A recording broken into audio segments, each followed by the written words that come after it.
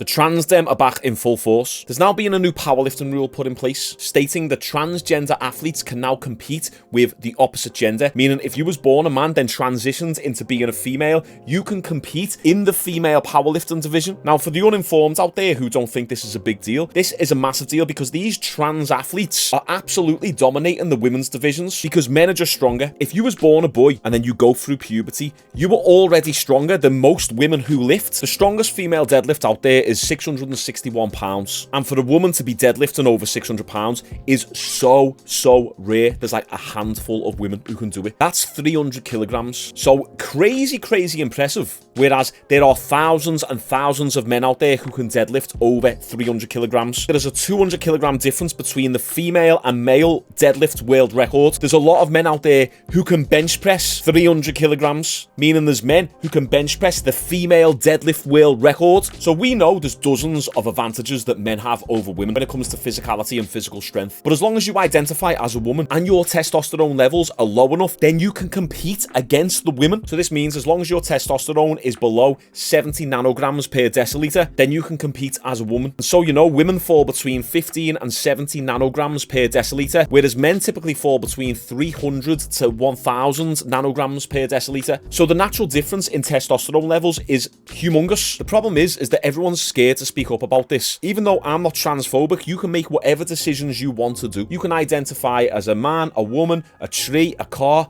I just don't care, really. It's only when your decisions start negatively impacting others that we have to look at things and revise what the hell we're doing in society. See, what I don't understand, in most sports we have different categories. Even if we look at something like bodybuilding, powerlifting, weightlifting, there's teenage divisions, there's masters divisions, there's amateur rankings, professional rankings, male, female, and then even disabled or handicapped divisions. And the reason why it's done this way is so it's fair. You cannot have a teenager go up against someone who's 65, 75 years old. So the problem isn't creating more categories. You can't say, oh, we haven't got room to create more categories. There's no demand for it. You can't say that because that is disproven simply by the fact of there being so many other categories and divisions. So why can't they make a transgender division? This is what I said on a video a couple years ago, which has blew up a little bit recently. Probably since all this rule has came in, it's catching traction again. And all the comments on that video pretty much agree with that. There should be a transgender division. Watch any video online from any fitness professional out there, they all say the same thing. You've even got powerlifters saying the same thing.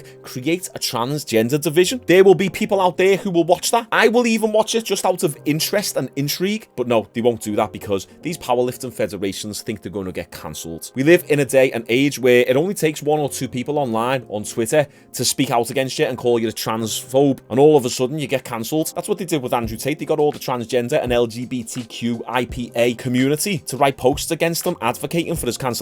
And that is what people are afraid of. They're afraid of getting cancelled because there are people out there who are looking for reasons to be offended. If you ask the majority of these trans athletes if they want their own division, I bet you a good few of them would say yes. A few of them I think would say no because that evens the playing field. And I think some of these fellas who are now identifying as women and competing with the women, they know what they're doing. They want to take advantage of the rules. They know that they can hit records. They know that they can compete a lot better because it's an uneven playing field. They have a lot of advantages. Whereas if there is a trans division created, now all of a sudden everything is evened out and it's on fair grounds then with a fair rule set and no one has got any unfair advantages. So there will be a few who probably don't want the trans division, but you'd think creating a division for the transgender community is actually more inclusive. But it's just funny how people have different perceptions. Some people probably think that is more exclusive when it's not, because we have dozens of categories for all the different types of people and demographics we've got. It's International Women's Day. Hooray! Unfortunately, it no longer means anything. The final victory of feminism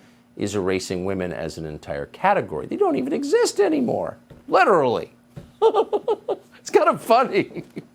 Women getting lectured by men about the pains of menstruation. That's the final victory of feminism.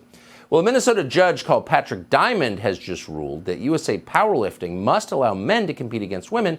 And as you'd expect, powerlifting groups are now warning this will effectively end competitive powerlifting for women. We thought we would speak to a competitive female powerlifter April Hutchinson represents Team Canada. She joins us. That's true. It's going to end women's competition because everyone is now going to be competing for second place and third place and no longer first, because that's where the men are going to take over. So the new gold is actually silver. Now, I know there's going to be people out there who think that this is one of the transgender athletes because she's quite big, she's quite butch, she has a little bit more of a jawline. That is typically what steroids do to you. So when a woman takes steroids, it creates masculine features. It makes your eyes a little bit more sunken. It can make your jaw stick out a little bit more. It thickens your neck, which are typically masculine traits. No, this is actually Canada's strongest powerlifter, so she's got some records in powerlifting. She spoke out about the whole transgender men, women, whatever you want to call them, biological men coming into the female division. April, thank you. And I'm sorry to laugh. This is actually a very sad story, and I'm just wondering how you feel about it.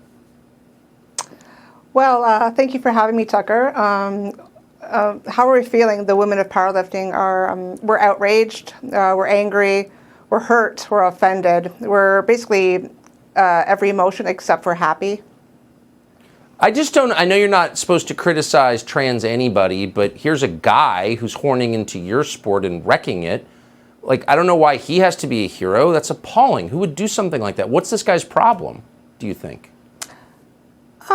You know what? I don't even know if it's so much the person, right? It's the policy. So yeah. At the end of the day, the policy is allowing him to compete. You know, would I feel good about myself if I was a male taking female records and podium spots? No. That's the thing. Even if these men stayed as men, they would be the beta types. You know the ones, the school shooters, the incels, the one who ain't getting laid. Because what they're doing shows a lack of character, a lack of values. They're taking advantage of a system and basically oppressing women by doing so. It's just weak, isn't it? You're basically competing against weaker individuals so you can come out on top. So it's just not really a good look, whether you're male or female doing this type of stuff. It's like me holding my hand like this and pretending to be disabled, then going into a 100-meter sprint with all the wheelchair disabled people. And then when I win and people say, yeah, but you're not disabled, Shaun. I go, yeah, look at my hands. I am. The rule said as long as I identify as disabled and are lucky, I'm not breaking any rules. Do you know any other female powerlifters who support this? Well, that's the thing. If I didn't do anything about it, I mean, there was times where I couldn't sleep at night. I mean, I've been battling this for about 2 years now. Finally, women are coming out. I get daily emails and messages from women saying, thank you so much for standing up for women in sports. A lot of women are silenced and feel silenced and that they have no voice, or they're afraid to speak up, fear of maybe getting kicked out of the federation, to be called names, right, for backlash. But no, we're growing stronger and louder.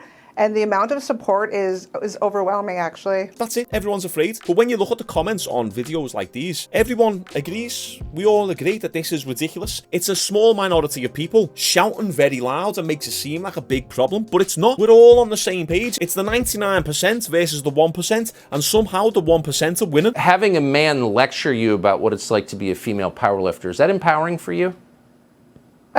No.